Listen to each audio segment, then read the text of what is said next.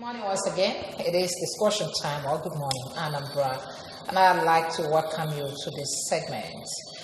Well, we're going to look at the meeting 2025 child labor deadline, and to help us look at this topic, Mr. Chris Maduka, Public Affairs and Policy Analyst. Welcome, Chris. And I also have Barrister Tesi Ubwekwe, legal practitioner and analyst. Good morning, ma'am. Thank you. Okay, Dave is still here with me. Yes, join us as we look at this very important topic. All right.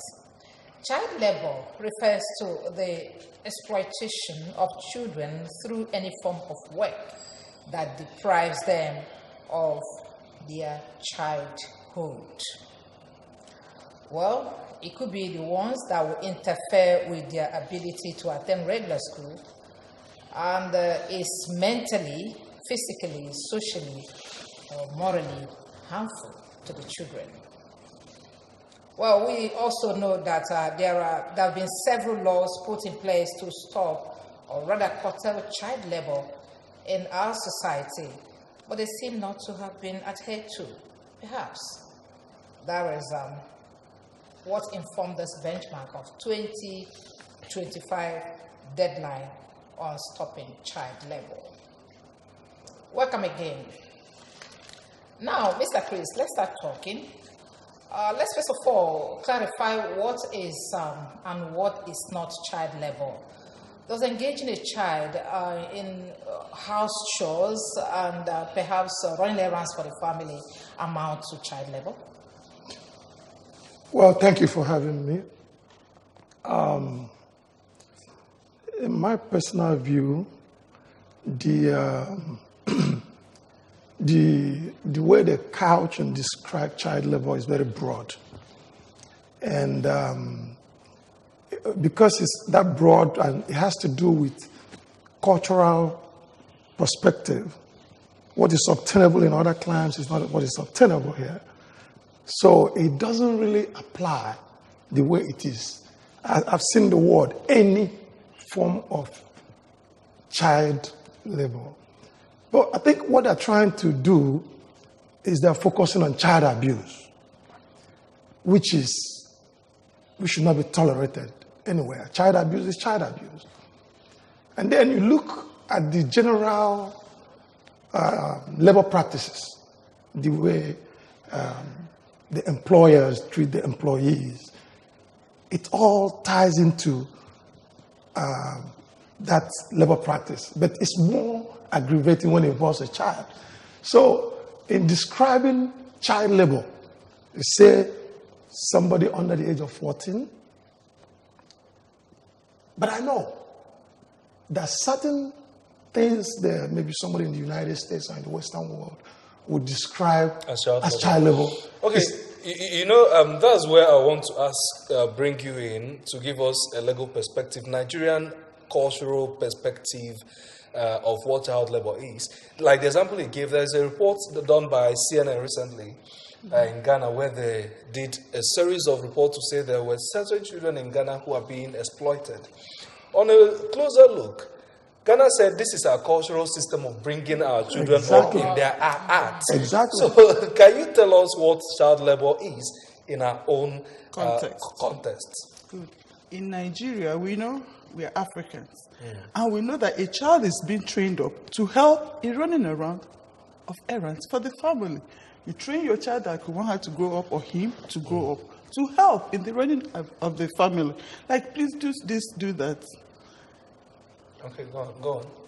Okay, do this, do that, But there's a difference between child labor and then sending your child, for household chores. Okay, what's that difference? The difference is she is earning nothing. She's there as your daughter, your son. She's there to help you. Please get me that. And you train her. That is the law. Train her according to your ability. But when it goes to child labor, it means for the child to go and work. Do you understand? Work and then bring home. In other words, you are now becoming the breadwinner of the family. Do you understand? Labor, for you to labor and then feed the family instead of the other way around. The parents ought to labor, feed the child, educate the child, clothe and then house the child. But then, when it comes to labor, it means the child is now going to work for the family. That is where it is wrong for the family. Because so you see some of them, even when you go to construction companies, you see some of them carrying cement. Child carrying cement for what? Maybe to pay his school fees. Or you see them, you could see them even here in Anambra. Some of them hawking. Yeah, but hawking. I know, we want to bring it because I'm sure that the tradition of that Ghana might not be quite different from us from all African countries. If you want to bring it very close to us, there are instances where parents take their children to quarries, where they, break stones, for people that are building houses, or they get into a place where they pack sands. They do it together. It's for the whole family. Yes. Okay, and then they make money to attend to their needs in the family. Does that amount to child labor too? It does not. If the child is helping the parents, if that is where the parents were, there's nothing wrong with you, the child coming back from school, instead of idling away in the home, you come to the shop or the office of your parents to help out. To help out in the family business. It could be the family business. Okay, I think this is a very clear example of what you just asked. A kid who is helping the family break stones. But the question is, do they go to school? Okay. That is their right. Do they go to school? Are they part of the business after their school, or are they just being used to generate the fund? Okay. That is where the thin line of difference comes in. Okay. If they go to school and then later come back to join in the family business, I don't think it is child labor in our own context. Mr. Maduka, if they go to school, their school fees are paid, they are helping the family to do this, but the labor they are being engaged in, to an extent, is more than what their age should do. Should it be also considered child labor? Well, of course, we have to understand where the outrage comes from. Yes. If whatever those kids are doing kind of transcends their ability to grow and go to school and prepare for tomorrow, it is wrong. Just like she said, if those kids are doing that at the expense of going to school, not doing it to aid their education and prepare for tomorrow because the condition forced the parents to do that. That's not child labor. And now, like I said generally, even for adults, your labor and labor practices must put into consideration what someone is able to do. Right now, as we speak, in Nigeria, I'm sorry to say, but most of these companies that come here, they don't give a damn how the employees fare. Some of them put them in a warehouse, lock the door, no toilet, no bathroom. Those are some of the outrages. It's just not for the kids. So, but like I said, it's more aggravating when it involves the underage. And let me say again, we have to draw the line, because I know, growing up, that some of us, even in secondary school, you are required to fetch water.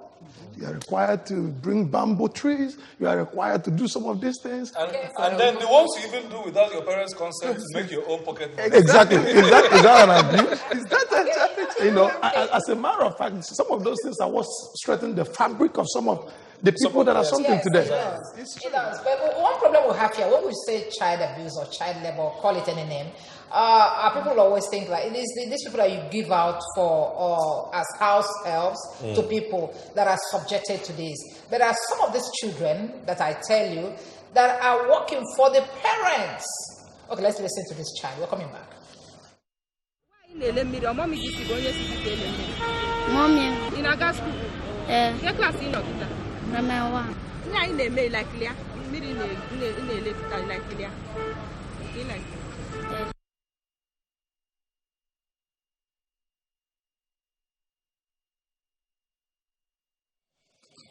Okay, welcome back. And this one is just coming directly from the child's mouth, not the house. Okay, we're still looking at meeting 2025 child labor deadline. Barrister Obiekwe, there is some reports that about 152 million children are still trapped in child labor worldwide. Anyway, It's quite worrisome. So do you see this 2025, that is about 6 years to go, and stopping child labor as a reality? A big fallacy. It cannot happen. What do you think? It cannot happen. In 2025, that's in 6 years' time, what are the structures on ground to help remove child labor in our country? What are they? Nothing. We've been hearing of this story since child labor to be achieved in 2015. What are the structures? Where are the education? Where are the schools? What are the motivational factors to send children to school? What have we done to get it done? Nothing. It is not achieved. In fact, let me tell you, my son said, Mommy, is it Nigeria? You guys are not serious. In 2013, it will not be. In 2030, it will not be achieved. Because the structures are not on ground to help. So what does these structures look like? For example, when you say you want to achieve, to stop child labor in 2015, first of all, 2025. In 2025, first of all, you get established schools with motivational skills to draw the children to school. You create employment for the parents. If, for example, like my colleague said, if, for example, the parents do not have anything to do, first of all, they want to eat, they want to do something for their stomach. How do they do that? By the child helping them maybe to hawk pure water or any other thing to get them food. Do you understand? But now the society, we need to create employment. Favorable employment. You go to construction company, you see women, pregnant women, carrying cement and helping in the building of construction of a building. And that one is women level. That one is women, but she's pregnant level. and then double Because she will labor. still go through the level of Exactly. delivery. And what about the ones she already breeded, or the children she already had? Who will feed them? If they, so the structures are not there. The government, we are yet to develop a good structural background. Well, when we say structures to be developed by government, I think we'll have to be specific here, because recent records have shown that only Anambra, Kaduna, and Osun State have taken enough measures to reduce the number of children engaged in child labor. So, what do you think that is stopping other states? Coming to you, sir. Well, let me just start with Anambra. I'm in Anambra right now. Basically, I must use this opportunity to commend Anambra people. I'm not from Anambra. But I can tell you that the continuity in governance, the ability for the government to provide the basic infrastructures.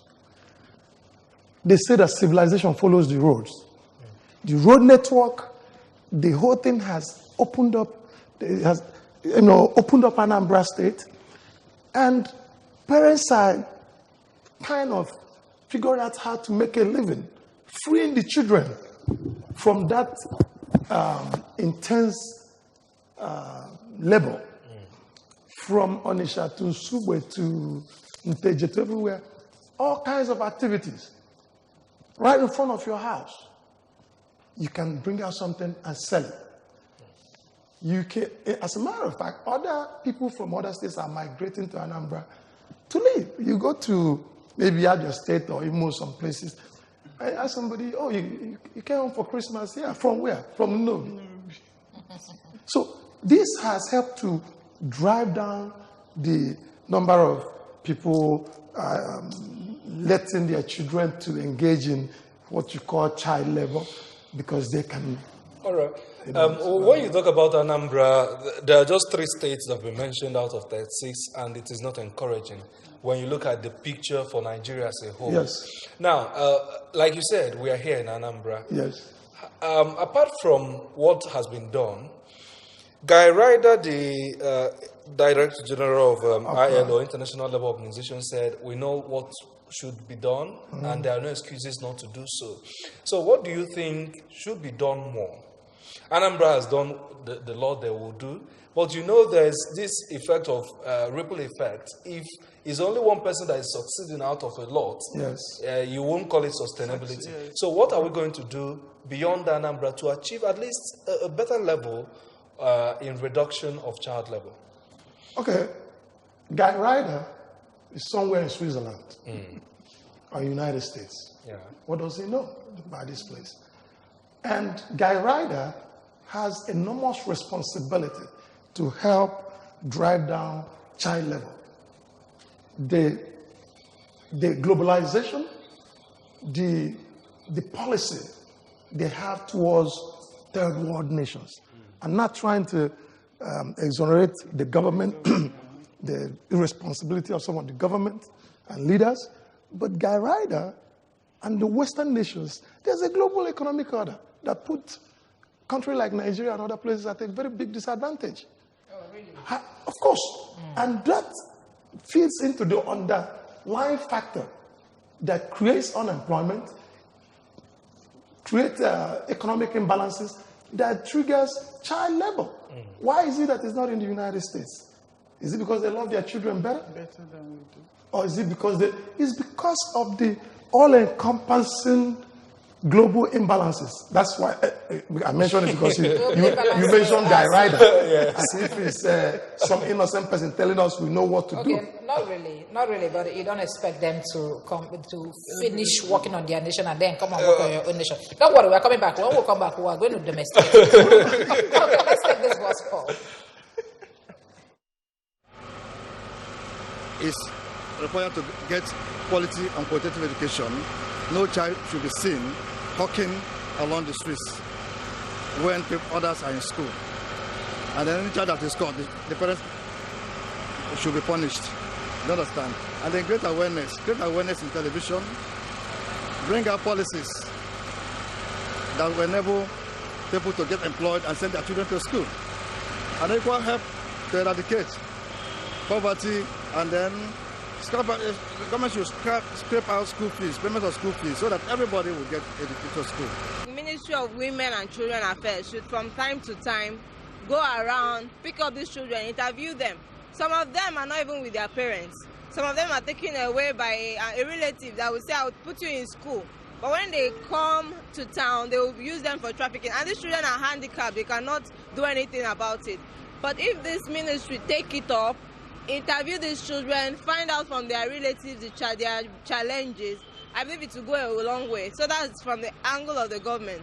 Then from the angle of parents, I believe parents should be more disciplined. Parents should take responsibilities. They should prepare for childbirth and childbearing. Based on general economic situation in the country, some parents are taking advantage of that and are not giving their children the proper training, upbringing they deserve.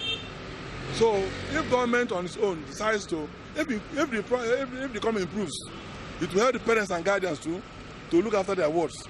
And if parents and guardians are well informed as well, it will help them to know that it's an evil and they need not to be involved in it. They need to bring their children properly, in such a way that they too will become economically viable when they grow up, instead of exploiting them.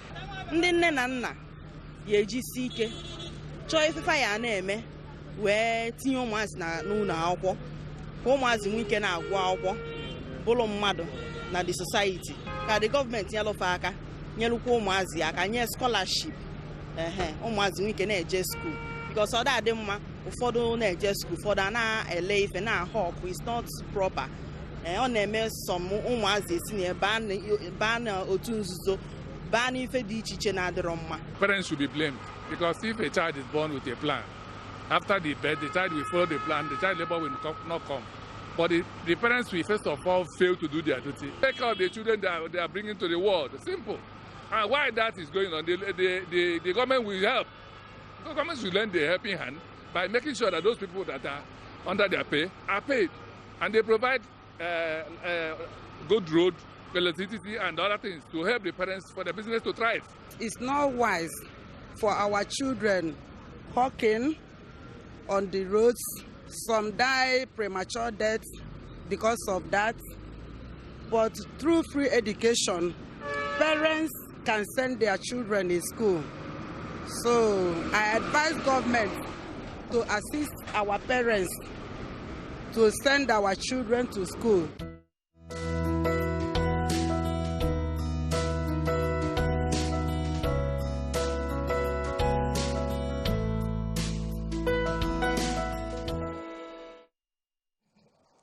Okay, good to have you back. It is still Good Morning, Anambra, and we are still looking at the topic meeting 2025 child labor deadline, and we have been able to define what is and what is not child labor in an African context.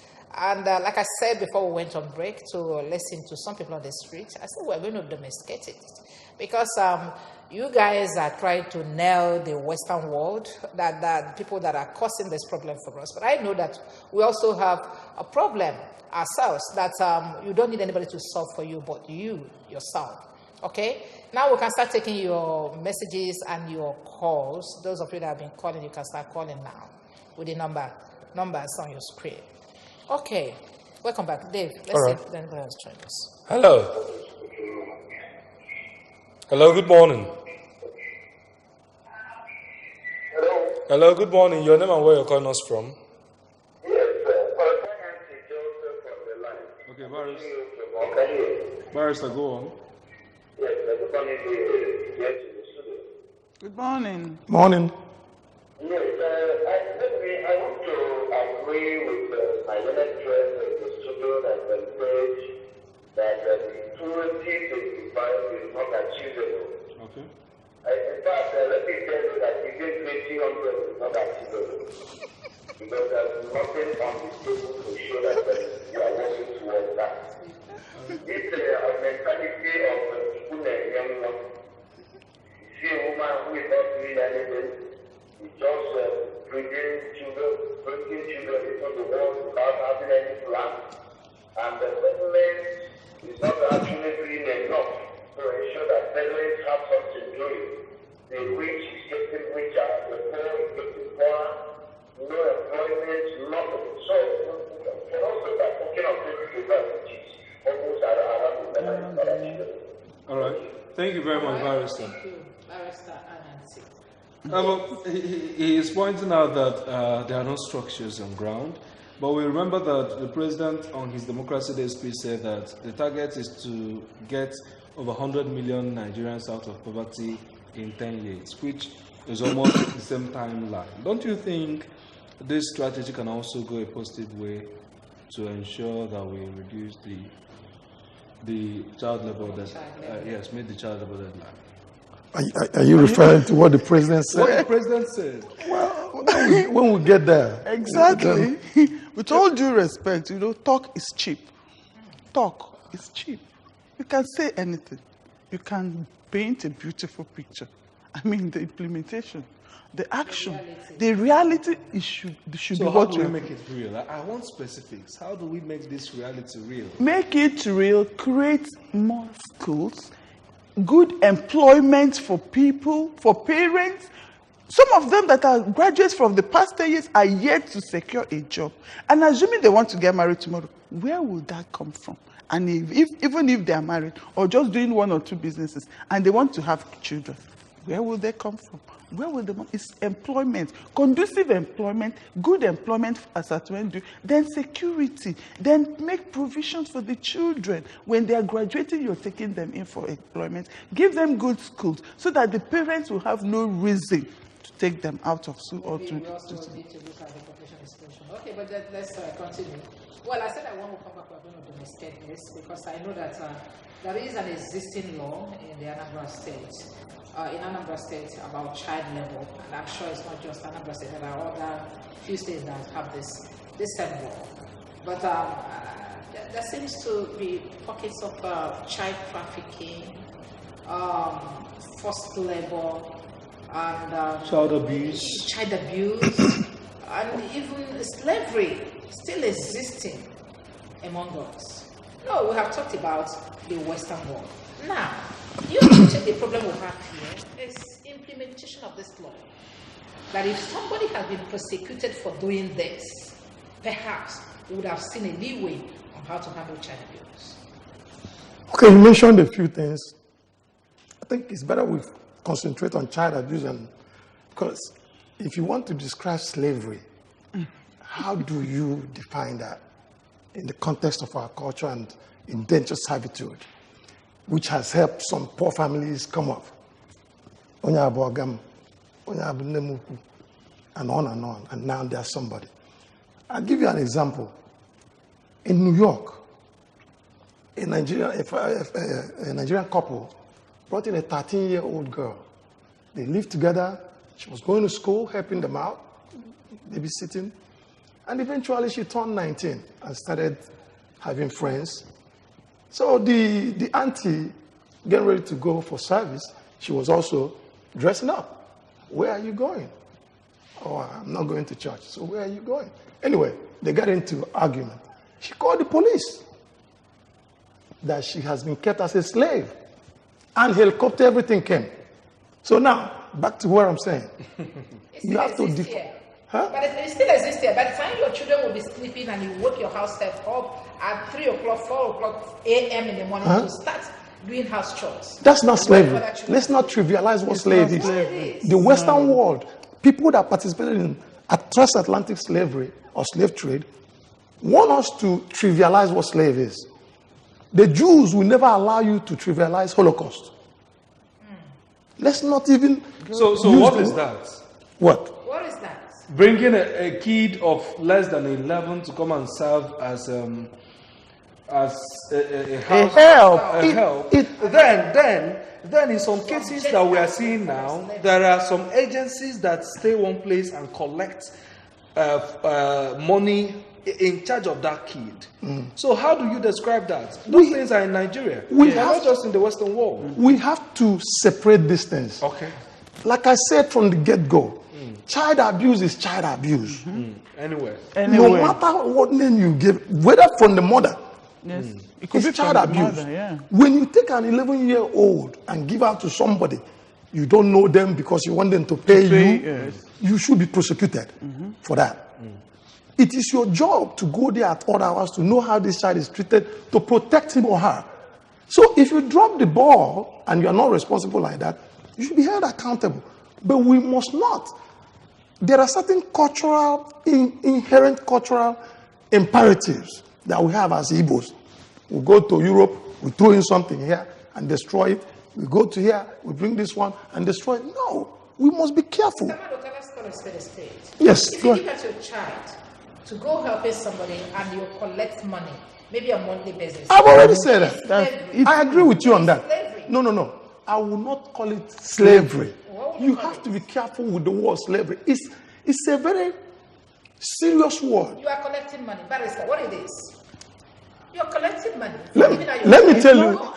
Labor. Slavery. Maybe it could be called child labor. Child labor or child abuse. Yes. And the parents should be prosecuted. But it's not slavery. Slavery means stripping you of your identity, of who you are, robbing you, psychological trauma. Let me tell you, even child abuse. That child is not going through that. No. Do you know what they call the middle passage? All right. Let's look at the challenges. Let's look at the challenges we're going to face by this in achieving this 2025 deadline. Okay. You have mentioned structures and then a whole lot of things. What do you foresee as the challenges that will stop us from achieving it? Let me start with you. Well, the challenges is all over the place. You can see it. Starting from poor leadership, because that's where it all originates, hinges. If you get responsible government, I commended Anambra because Anambra has demonstrated relatively stable governance. And there's a correlation that the child labor seemed to drop about three states, right? You mentioned, yeah. So, good governance, responsible leadership. When a governor is responsible, he can set up an agency that will monitor these things. He can put his mouth where his money where his mouth is. Pay the workers as at when due. Increase their salary.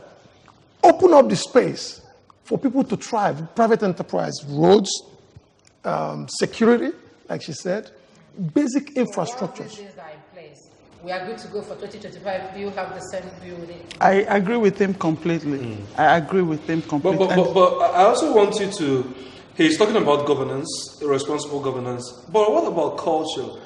He mentioned some intricate part of our cultures that do not actually, in the real sense of it, define these things at child level. How do we now differentiate when someone is hiding behind those cultures to exploit another person? No, there's a thin line between that. Do you understand? When you have your child, you're bringing up your child, and maybe looking at your resources, you could see that you can only train this girl maybe to the level of JS3. And you have a sister who is better off than you, who maybe when you take your child there, the person can help you. Without collecting dime from your sister, she is helping you train that child. While the child is also. Why can't your sister send money to you to help It you is. with your child? What about the feeding and other things? It's not just schooling. What about the feeding? What about the clothing? What about other requirements? Now, Do you understand? The challenges towards 2025, how do we address it culturally? That's where I want you to look at. You're a legal practitioner, you know what the law says. How do we balance these two, culture and law, to ensure that we achieve that result by 2025? Okay, just like she rightly pointed out. Because the law says each child has the right to go to school. And if maybe you have somebody in your town or your village or your kindred that do not have money to take the child to school, you can say, okay, I take you on a scholarship. Go and pay your school fees to this level. It's a way of helping out. Or, I can set up maybe one of them could set up a business for the mother. Do this and take care of your children. These are all things to help in the culture of our, but it will never stop helping your child, sending your child to school, sending your child to an errand. It is not child labor. That's part of training in our culture. Thank you very much. I'd like to thank you, Mr. Chris Maduka, Public Affairs Analyst, and Public Affairs and also a Policy Analyst. Thank you. Very much. Thank you very much. This morning. And then Barrister Tessie Udwekwe, Legal Practitioner and Analyst. Thank you very much. My pleasure. Thank you. Okay, it's been a very wonderful time with you guys. Thank you. My pleasure. Oh, yeah, I've been around the day for us. Thank you for joining us this morning. Okay, my name is Sijama, and I also like to thank you very much for joining us, and then do all you can to make sure that we stop the child. It's very important to us. Okay.